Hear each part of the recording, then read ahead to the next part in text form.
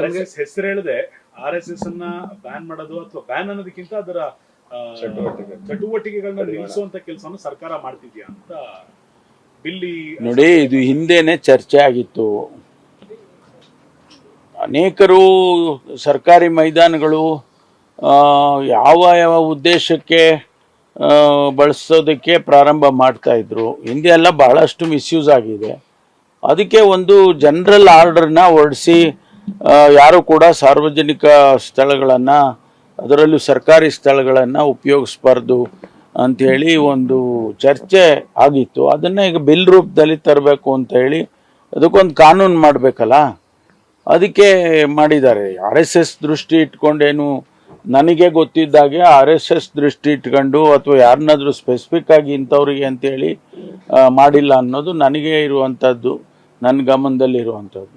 ಅದನ್ನು ಅವರು ನಮಗೋಸ್ಕರ ಮಾಡಿದ್ದಾರೆ ಅಂತ ಯಾಕೆ ಅವ್ರು ತಿಳ್ಕೊಳ್ಬೇಕು ಗೊತ್ತಿಲ್ಲ ನನಗೆ.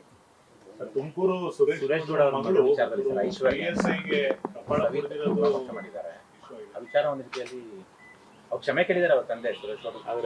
ಆದ್ರೆ ಜನಪ್ರತಿನಿಧಿಗಳ ಮಕ್ಕಳಾಗಿ ಈ ತರ ರೀತಿ ನಡ್ಕೊಳ್ಬಾರದು, ಖಂಡಿತವಾಗಿ ನಡ್ಕೊಳ್ಬಾರ್ದು.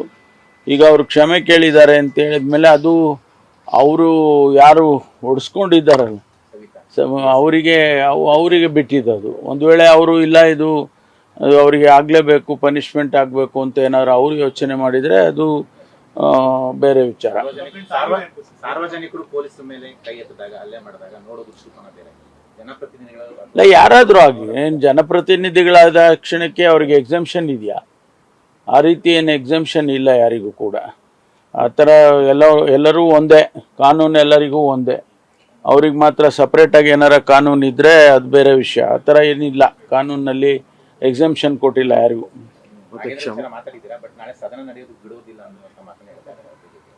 ಬರಲಿ, ಸದನಕ್ಕೆ ಬರಲಿ, ನೋಡೋಣ ಅವ್ರೇನು ಯಾವ ವಿಷಯದಲ್ಲಿ ಪ್ರಸ್ತಾಪ ಮಾಡ್ತಾರೆ. ಅವರು ಜಸ್ಟಿಫೈ ಮಾಡಬೇಕಲ್ವಾ. ನಾವು ಮಾಡ್ತಾ ಇರೋದು ಸರಿ ಅಂತ ಅವರು ಜಸ್ಟಿಫೈ ಮಾಡಬೇಕು. ಈಗ ಕಾನೂನಿದೆ, ಕಾನೂನಲ್ಲಿ ಕನ್ವಿಕ್ಟ್ ಆಗಿರಬೇಕು ಅಂತ ಇದೆ.